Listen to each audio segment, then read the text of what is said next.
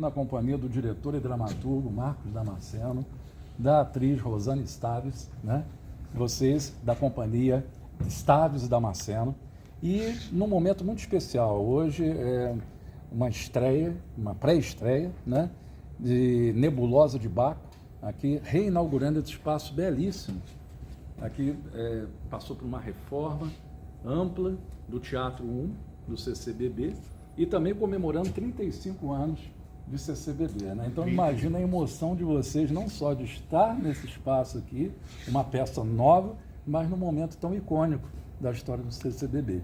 Queria que vocês falassem um pouquinho sobre essa emoção e depois sobre o título, começar esse bate-papo pelo título Nebulosa de Baco, que tem uma inspiração na astronomia e também na mitologia. Exatamente. Então, o nervosismo é imenso, né? O nervosismo é triplicado, porque estamos não só estreando esse novo espetáculo da Companhia Staves Damasceno, mas também, como você disse, assim, reinaugurando esse palco, que é um dos principais palcos por onde passaram tantos monstros e monstras sagradas. Eu acho que todos os nossos grandes nomes do teatro brasileiro pisaram nesse palco, que foi totalmente agora merecidamente reformado, totalmente, foi um espaço sagrado, que foi totalmente, e é motivo de celebração, de orgulho e de muito festejo. Não é sempre que nós podemos estar, que nós estamos aí reinaugurando. Então sempre tem que se festejar todas as salas de teatro e que celebram a arte e a vida. E também comemorando os 35 anos do CCBB aqui do Rio de Janeiro, que é um espaço centro cultural importantíssimo, não só para o Rio de Janeiro, mas para o Brasil todo. Então o nervosismo é grande. E a emoção é muito grande de você estar num espaço novinho, né, cheirando a novo tudo, e isso é um prazer imenso, você tá aqui com toda uma estrutura nova, refletor, as poltronas cheirando a novinho, e isso também é bem prazeroso para a gente estar ocupando esse lugar nesse momento dessa instituição tão importante para a cultura, né, onde tantos grupos de teatro passam por aqui, né? E o título é isso, né? Nebulosa de Baco. Então, que faz essa, tem essa inspiração tanto, nas nebulosas, que é o que há de mais lindo que existe no universo, esse lugar misterioso, muito misterioso. Berço. Berço, de onde nascem. Alguns dizem que é onde morrem também, mas é onde nascem. Né? Então a gente faz também essa brincadeira. Vida e morte o tempo todo. Exatamente. E de Baco, né? Então a gente apelidou, então temos várias nebulosas que são muito lindas, né? Nebulosa de Órion, nebulosa de Afrodite. Eu falei, vou nomear aqui uma nebulosa. Nebulosa de Baco, já que a peça também se passa, uma peça dentro da peça. Então se fala muito e Baco, Deus do teatro. Baco, Deus do teatro. Foi uma ideia incrível, entendeu? Total harmonização, né? Aí juntou também, então, essa inspiração tanto na astrologia quanto na mitologia grega. E a temática da peça de vocês, além de ser muito atual, ela reflete muito digamos assim, da crise que a gente está passando de humanidade no mundo, né? Porque o Freud dizia só o conhecimento traz o poder, mas o conhecimento na época dele era uma outra, você buscava de maneira mais lenta, reflexiva, comprovativa.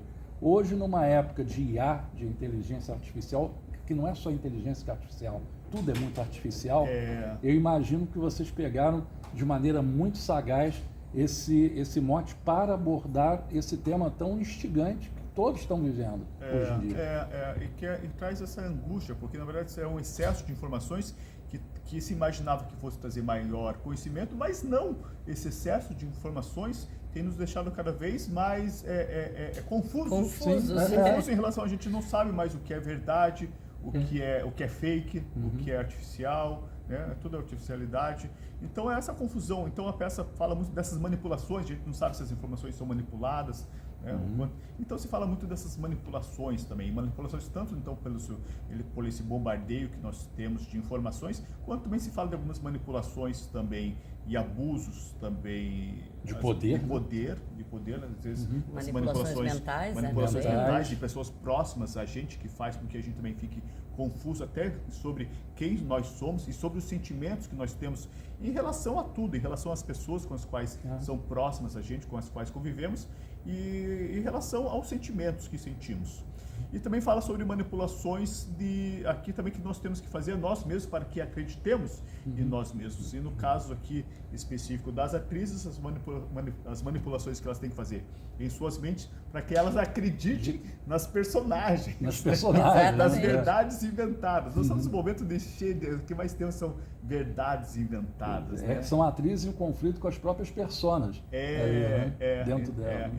Então se tem esse jogo aí, essa discussão de manipulação, de verdade, fake news, o que é verdade, o que é mentira, que é uma discussão aí que perpassa também, eu acho que a humanidade toda.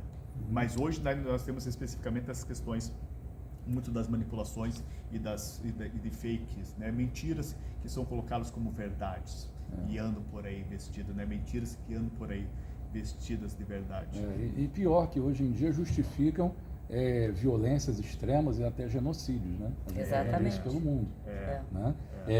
No outro dia eu estava conversando, aquela ideia que se tinha no século XX, a Terceira Guerra Mundial vem aí. Aí me veio uma coisa assim, eu conversando num papo, olha, o pior não é a Terceira Guerra. O pior é essa expectativa longeva da Terceira Guerra e essas falsas mediações.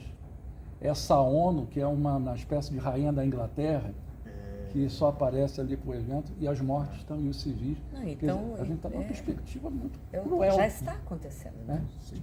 Muita gente já também está morrendo, mas enfim. Mas é o mundo que a gente está vivendo e o que chega também, né? O que chega para as pessoas?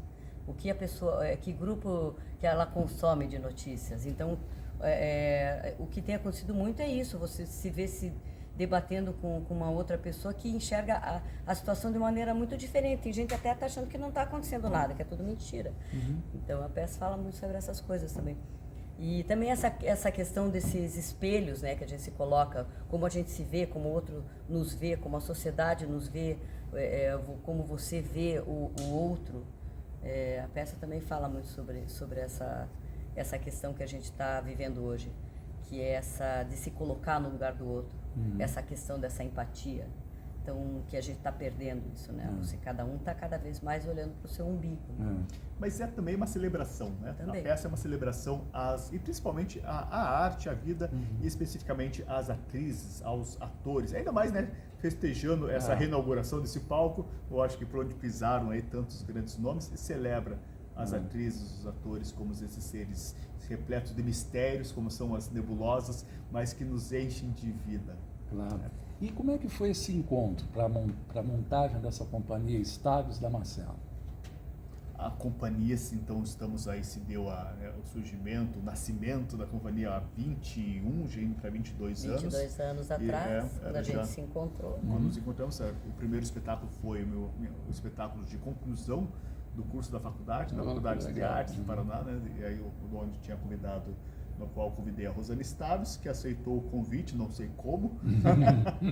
E ali começou então esse trabalho então da companhia que vem aí então já de alguns longos anos.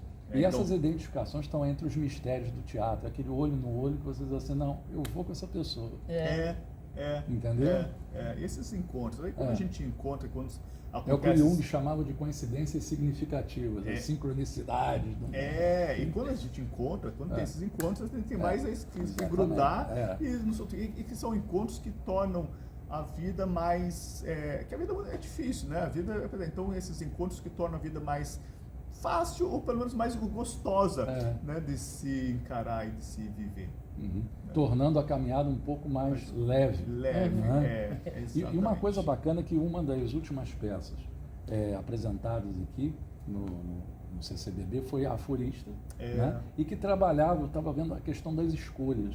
E me permite, assim, quando eu vi o tema dessa peça, continua sendo um pouco um desdobramento de escolhas também, porque a gente escolheu viver nesse mundo de informações desencontradas, né? E também a escolha de qual caminho a gente quer para nós, enquanto seres humanos, a longo prazo. Nós queremos o caminho da igualdade, do diálogo fraterno, né? Que eu citei o Freud no início, estava me lembrando até de alguns encontros que Freud teve com artistas, e mesmo com pessoas que não concordavam com ele discutia, mas ele não perseguia.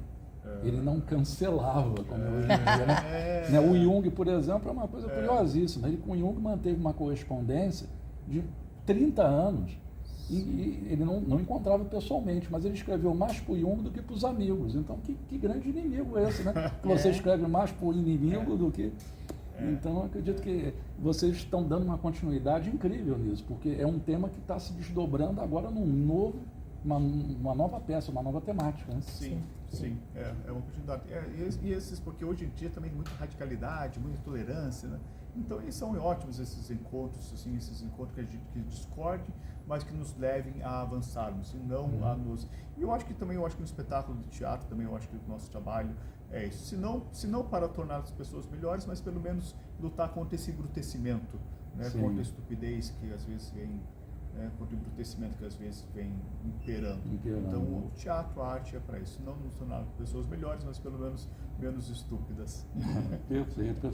Olha, o Divan Cultural deseja muito sucesso nessa estreia e em toda a longa temporada desse novo trabalho de vocês. Muito obrigada. Obrigado.